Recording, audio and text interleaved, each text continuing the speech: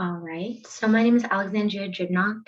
For my research curriculum on human rights and social change, equity in the age of COVID-19, I'm going to be discussing the topic of women of color in athletic training. My overall point of this presentation and my main research question is going to be how can we develop more inclusive pathways for access and retention of racial minorities and women to careers in athletic training. Just some background knowledge on athletic training.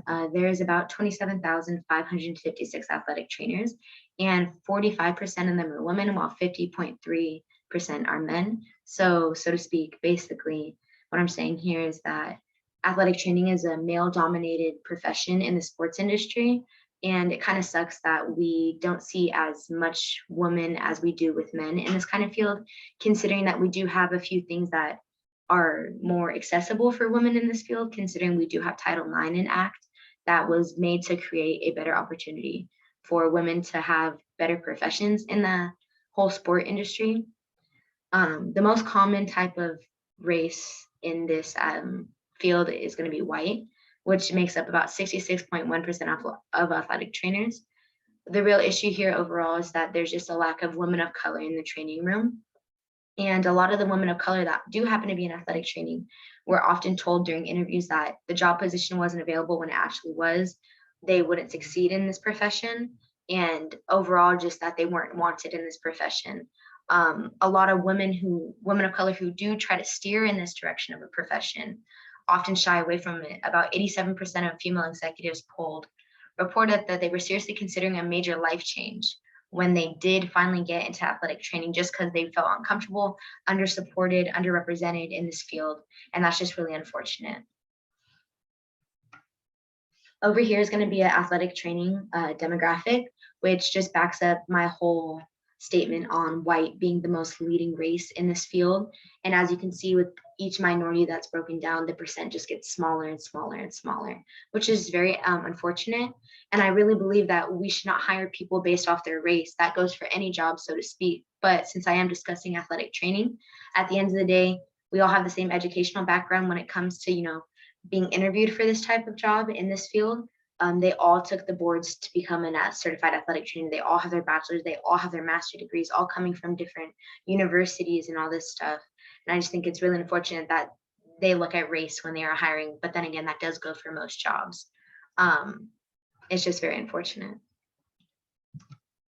So I also want to discuss how we can increase some ways of diversity among athletic trainers.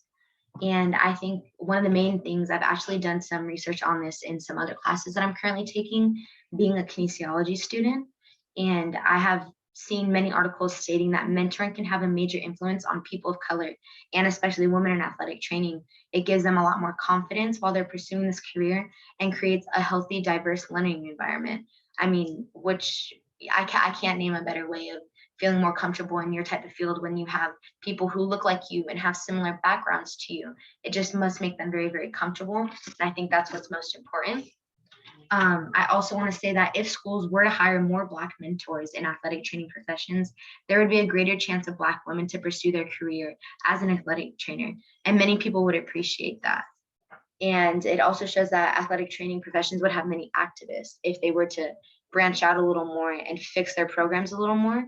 And I think that, maybe even San Jose State can do that. And I guarantee you it would increase a lot more things and a lot more opportunity for women of color to actually full on pursue their career that they really would love to do.